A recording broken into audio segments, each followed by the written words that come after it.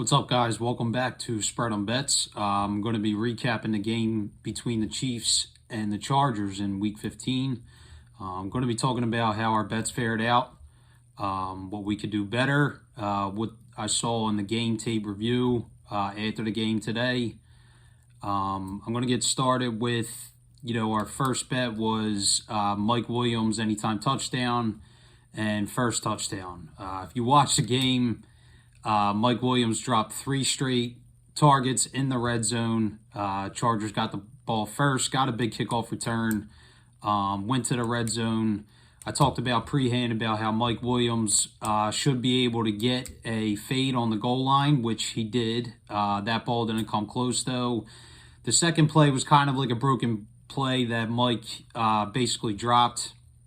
And the third play was really a slant RPO that, Herbert hits him at the goal line and he gets an inch away from getting in the end zone, ends up as a catch fumble and doesn't get in. Look, it's a bet that it just didn't go our way. The tape kind of dictated to me that he would get those targets in the red zone. He did against Kansas City in the first matchup, and he did in this matchup too, at least on the first drive. So these things happen. It's one that you would like to have back, but again, nothing we could do about it there. Next one was Clyde Edwards-Helaire, over 73.5 rushing plus receiving yards, maybe 75.5, somewhere in there. This was a loser. This was a miss by me. Clyde Edwards-Helaire left a lot of yards on the field in the game review. He definitely wasn't as effective. I thought Andy Reid, the Chiefs coach, really took him off the field and gave him less snaps for Darrell Williams. So I just thought that it would be a game where they would be able to run the ball. But Clyde Edwards-Helaire definitely didn't perform. I think he ended up with like 50 total, and he really got taken off the field in a lot of passing downs. So that was a miss there. I really didn't account for how many snaps he would get, and he just didn't perform against a team he should have performed against, a defense that he absolutely should have performed against. Now, Jared Cook, over 27.5 receiving yards. Look, this one was a hit. This one was the only hit. I thought this was fluky, though. Jared Cook is a veteran guy, older guy, really isn't good in the run game for the Chargers. They really got to take him off the field in run blocking situations. You could see it on the tape that he was not very good at it, and they would constantly take him off the field in a run-heavy game plan against the Chiefs, which we kind of could have assumed. I talked about Chris Jones a little bit, how that'd be an impact for the Chiefs' defense in this game, and the Chargers only ended up punting once. So Jared Cook did end up getting over on that prop, but like I said, it was really kind of fluky. He had some catches at the end of the game. I talked about how the Chiefs like to funnel coverage to the center of the field, how it really opens things up for the tight ends, guys in the slot, really the center of the field, and just didn't play enough snaps to get a lot of targets. But, luckily for some, he did get there, and that's always good. But I'm always going to be authentic and transparent about how I feel the picks fared out. And to me, I just honestly thought that was a little fluky. But, there's a win. Chargers +3, +3.5. Look, I mean, I talked about the major impact that, again, Chris Jones would have. The Chiefs really couldn't get the Chargers off the field. They came in with a run-heavy attack, really moved the ball. Pretty much just struggled on those fourth down decisions by Staley. It's something that when you watch the Chargers week in and out, it's coming.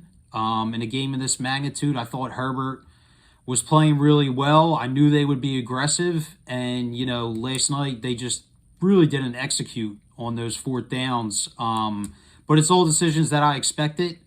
And I always thought that, +3, +3.5 was always going to be good to take. Especially with Staley's willingness to go for it on 2-point conversions. And that's why +3 kind of meant more to me, because it kind of gets out of those traditional football scores of, 31-28 or, 27-24.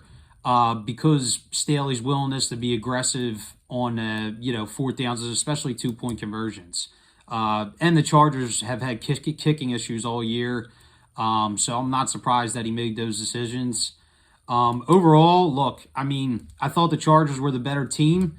I also talked about in the prehand about how the Chiefs in those first 15 scripted plays have performed well all year.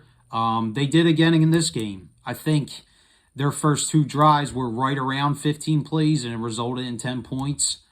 And after that, they kind of slowed up. And, this was the first game off the top of my head since I think week 1 against the Browns where, Mahomes was able to go off script and really scramble around and make plays, outside the realm of the play call.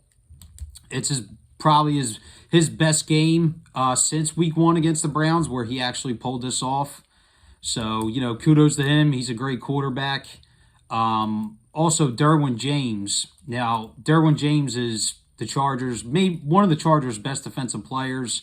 A really good safety that struggled with injuries throughout the years.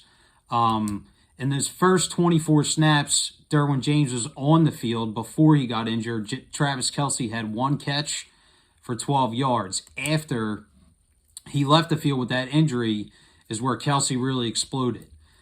Now, Derwin on tape, he's not necessarily playing Kelce man on every down, on every passing down, but the cumulative effect of Derwin being on the field, like when he gets replaced by a backup safety, it really changes everybody's role in the Chargers defense. That safety's not just going to come in and man up Kelce. That safety's not going to go and go above the scheme of the defensive play call to go out and make a play.